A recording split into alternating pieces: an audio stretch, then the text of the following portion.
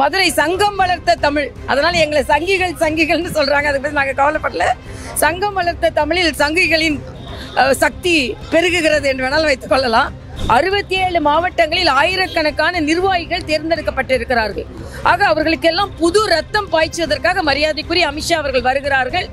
அவர்கள் வருகை எங்களுக்கு உற்சாகத்தை தருகிறது. ஆனால் திமுக கூட்டணிக்கு ஒரு பதற்றத்தை தருகிறது. திமுக காரங்களுக்கு, உண்மையான திமுக காரங்களுக்கு நிறைய பக்தி இருக்கு. ஆனா வெளிப்படையா வர மாட்டாங்க. முதலமைச்சரே வெளிப்படையா சாமி கும்பிட மாட்டேன்றாரு. அங்க உள்ள அமைச்சர்கள் எல்லாரும் சாமி கும்பிடுறாங்க தான், அண்ணன் துரைமுருகன் உட்பட. வெளிப்படையா வர மாட்டாங்க. என்ன வெளிப்படையா வந்தா ஏதோ கொள்கையை தப்பா சொல்ற மாதிரி. திமுக காரங்க ரகசியமா அந்த மாநாட்டுக்கு வருவாங்க. முருகன் மீது அக்கறை கொண்டவர்கள், முருகன் மீது பக்தி கொண்டவர்கள் நிச்சயமா வருவாங்க. எல்லாத்துக்கும் ஸ்டிக்கர் ஒட்டுவீங்க. நீதிமன்றம் ஒரு தீர்ப்பு சொன்னா அதுக்கு ஒரு ஸ்டிக்கர், மத்திய அரசு திட்டம் கொண்டா அதுக்கு ஒரு ஸ்டிக்கர். இன்னைக்கு கோயில்ல உள்ள தீபத்துக்கும் நீங்க ஸ்டிக்கர் ஒட்டுனீங்கன்னா கடவுள் மன்னிக்கவே மாட்டார். அனைவருக்கும் வணக்கம்ப்பா. முதல்ல மதுரையில உங்களை எல்லாம் பார்க்கறதுல எங்களுக்கு மகிழ்ச்சி. மதுரையில திருப்பி பார்க்க போறோம். இன்னைக்கு மரியாதைக்குரிய அமித்ஷா அவர்கள் கூட்டம், அதற்கு பின்பு நம்ம அப்பன் முருகனின் மாநாடு. அத மாதிரி மதுரைக்கு நமக்கும் நிறைய தொடர்பு இருக்கிறது. மதுரை சங்கம் வளர்த்த தமிழ், அதனால எங்களை சங்கிகள்னு சொல்றாங்க. அதை பற்றி நாங்கள் கவலைப்படல. சங்கம் வளர்த்த தமிழில் சங்கிகளின் சக்தி பெருகுகிறது என்று வேணாலும் வைத்துக் கொள்ளலாம்.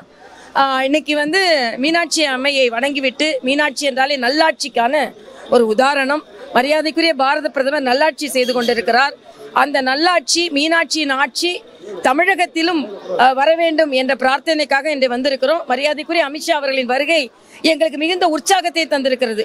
67 மாவட்டத்தில் புதிய மாவட்ட தலைவர்கள் தேர்ந்தெடுக்கப்பட்டிருக்கிறார்கள். 1000த்திற்கு மேற்பட்ட மண்டல்களில் புதிய மண்டல் தலைவர்கள் தேர்ந்தெடுக்கப்பட்டிருக்கிறார்கள். 60,000 கிளைகளில் புதிய கிளை தலைவர்கள் தேர்ந்தெடுக்கப்பட்டிருக்கிறார்கள். 67 மாவட்டங்களில் ஆயிரக்கணக்கான நிர்வாகிகள் தேர்ந்தெடுக்கப்பட்டிருக்கிறார்கள். ஆக அவர்களுக்கெல்லாம் புது ரத்தம் பாய்ச்சுவதற்காக மரியாதைக்குரிய அமித்ஷா அவர்கள் வருகிறார்கள். அவர்கள் வருகை எங்களுக்கு உற்சாகத்தை தருகிறது. ஆனால் திமுக கூட்டணிக்கு ஒரு பதற்றத்தை தருகிறது. அதனால முதல்ல இருந்தே மரியாதைக்குரிய அமித்ஷா வருவதை பற்றியும், முருகன் மாநாடு நடத்துவதை பற்றியும் பதற்றத்தோடு பேசிக் கொண்டிருக்கிறார்கள். ஆனால் நாங்கள் பயபக்தியோடு நாங்கள் இதை நடத்தி கொண்டிருக்கிறோம். மிகுந்த உற்சாகத்தோடு இருக்கிறோம். அரசியல் சார்ந்தது அப்படின்றாரு இந்து சமய அமைச்சர். திமுக காரங்க யாருமே இதில் வரமாட்டாங்க உண்மையானவங்க அப்படின்றாரு. இல்ல, திமுக காரங்களை நாங்கள் எதிர்பார்க்கவே இல்லை. ஏன்னா திமுக காரங்களுக்கு, உண்மையான திமுக காரங்களுக்கு நிறைய பக்தி இருக்கு. ஆனா வெளிப்படையா வர மாட்டாங்க. முதலமைச்சரே வெளிப்படையா சாமி கும்பிட மாட்டேன்றாரு. அங்க உள்ள அமைச்சர்கள் எல்லாரும் சாமி கும்பிடுறாங்க தான், அண்ணன் துரைமுருகன் உட்பட. வெளிப்படையா வர மாட்டாங்க. என்ன வெளிப்படையா வந்தா ஏதோ கொள்கையை தப்பா சொல்ற மாதிரி. நாங்கள் சொல்றது என்ன, நாங்க வெளிப்படையா சாமி கும்பிடுவோம், நீங்க ரகசியமா சாமி கும்பிடுவீங்க. செய்யறதே செய்யறீங்க, மக்களுக்கு வெளிப்படையா செய்யுங்க அப்படின்றதுதான். அதனால நான் என்ன கேட்கிறேன், இது பிளவுபடுத்துவதற்கு இதுல என்ன இருக்கு? நீங்க முருகன் மாநாடு நடத்துனீங்களா இல்லையா? அது யார் சொல்றது? அவர் யார் அதுக்கு அளவுகோல் கொடுக்கறதுக்கு? அவர் யார் அளவுகோல் கொடுக்கறதுக்கு? நாங்க திமுக காரங்களை எதிர்பார்க்கலாம். ஆனா திமுக காரங்க ரகசியமா அந்த மாநாட்டுக்கு வருவாங்க. முருகன் மீது அக்கறை கொண்டவர்கள், முருகன் மீது பக்தி கொண்டவர்கள் நிச்சயமா வருவாங்க. ஏன்னா இது முருகன் பக்த மாநாடு தான். அதே மாதிரி அரசியலாக்குறார்கள் என்றால், நாங்க முருகனை எப்பவுமே கும்பிடுறவங்க தான். கும்பிடுறவங்க மாநாடு நடத்தலாம். நீங்க கும்பிடாதவங்க மாநாடு நடத்துறீங்கல்ல. நீங்க எங்களது கொள்கை அது இல்லைன்னு சொல்றீங்க. முதலமைச்சர் 3000 குடமுழுக்கு, ஆனா ஒரு குடமுழுக்குலாவது முதலமைச்சர் கலந்துக்கிட்டாரா? எத்தனை கிறிஸ்துமஸ் ஃபங்க்ஷன்ல கலந்துக்கிறீங்க? ஏன் டிபார்ட்மெண்ட் ஃபங்க்ஷன்ல, வேற டிபார்ட்மெண்ட் ஃபங்க்ஷன்ல முதலமைச்சர் கலந்துக்கிறதே இல்லையா? எஜுகேஷன் டிபார்ட்மெண்ட்ல கலந்துக்கிறதுல, ஹெல்த் டிபார்ட்மெண்ட்ல கலந்துக்கிறது இல்லையா? நான் அட்மினிஸ்ட்ரேஷன்ல இருந்தாலுப்பா ஏன்டா சொல்றீங்க?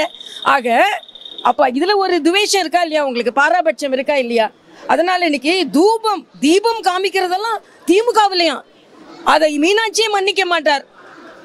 ஏன்னா தீபம் எல்லாம் மக்களினாலே 1000 ஆண்டுகள் எல்லா கோயில்களும் நடந்து கொண்டிருக்கிறது. எல்லாத்துக்கும் ஸ்டிக்கர் ஒட்டுவீங்க. நீதிமன்றம் ஒரு தீர்ப்பு சொன்னா அதுக்கு ஒரு ஸ்டிக்கர், மத்திய அரசு திட்டம் கொண்டா அதுக்கு ஒரு ஸ்டிக்கர். இன்னைக்கு கோயில்ல உள்ள தீபத்துக்கும் நீங்க ஸ்டிக்கர் ஒட்டுனீங்கன்னா கடவுள் மன்னிக்கவே மாட்டார். என்ன சொல்ல போனா நாங்கள் மிகுந்த உற்சாகத்தோடு இருக்கிறோம். 2026 இன்னைக்கு கண்ணகிக்கு நியாயம் கிடைத்த மண் இந்த மண். எவ்வளவோ பெண்கள், இன்னைக்கு பெண்கள் எல்லாரும் பாலியல் பலாத்காரத்தில் ஈடுபட்டு துன்பப்பட்டு இன்னைக்கு ஒரே யார் அந்த சார்னு இன்னும் கேள்விக்கு பதில் கிடைக்காம இருந்து கொண்டு இருக்கிறது. அதனால இந்த மண் நியாயத்தை கொடுக்கும் மண். அதனால் நிச்சயமாக தமிழக மக்களுக்கு நியாயம் கிடைக்கும்.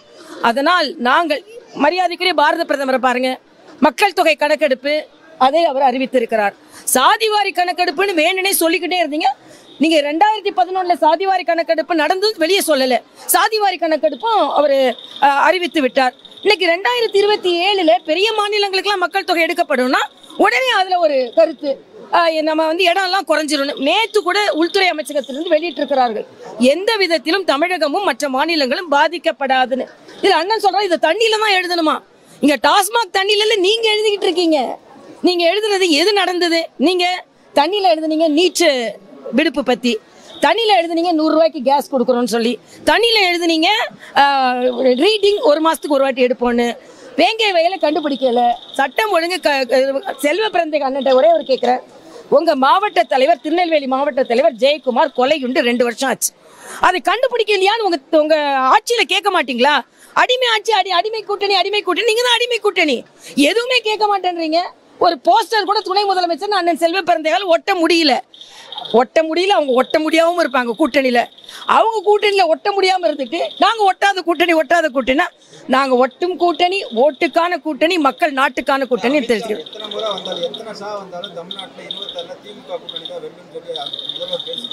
ஏன் கவலை உங்களுக்கு? வரட்டுமே. நீங்க ஏன் அதை பத்தி கவலைப்படுறீங்க? நீங்க எண்ணிக்கிட்டு இருக்கீங்க எத்தனை முறை வராருன்னு. நீங்க என்ன ஆரம்பிச்சிருக்கீங்க? நீங்க என்ன ஆரம்பிச்சாலே நீங்க கவலைப்படுகிறீர்கள். அதை பத்தி கவலையே படலன்னு அமித்ஷா எத்தனை வாட்டி ஒண்ணு. ஏற்கனவே ஒரு ஷாவால தான் ஷாவால தான் உங்க ஆட்சி கலைக்கப்பட்டது. இன்னைக்கு இன்னொரு ஷாவால உங்களோட ஆட்சி கலகலப்பாகி இருக்கிறது, கவலை அளிக்கக்கூடியதாக இருக்கிறது, வெள்ளத்து போயிருக்கிறது.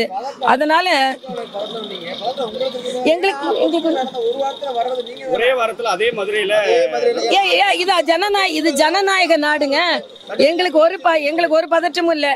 இதே தமிழ்நாடு ஜனநாயக நாடு, எங்க வேணாலும் கூட்டம் நடத்துறது எல்லாருக்கும் உரிமை இருக்கு. உங்க பொதுக்குழுவை பின்னால நீங்க வரல, நாங்க இங்க நடத்துறோம்னு தெரிஞ்சுக்கிட்டு வேணா நீங்க பொதுக்குழு இங்க நடத்துறீங்கன்னு சொல்றதுக்கு எவ்வளவு நேரம் ஆகும்?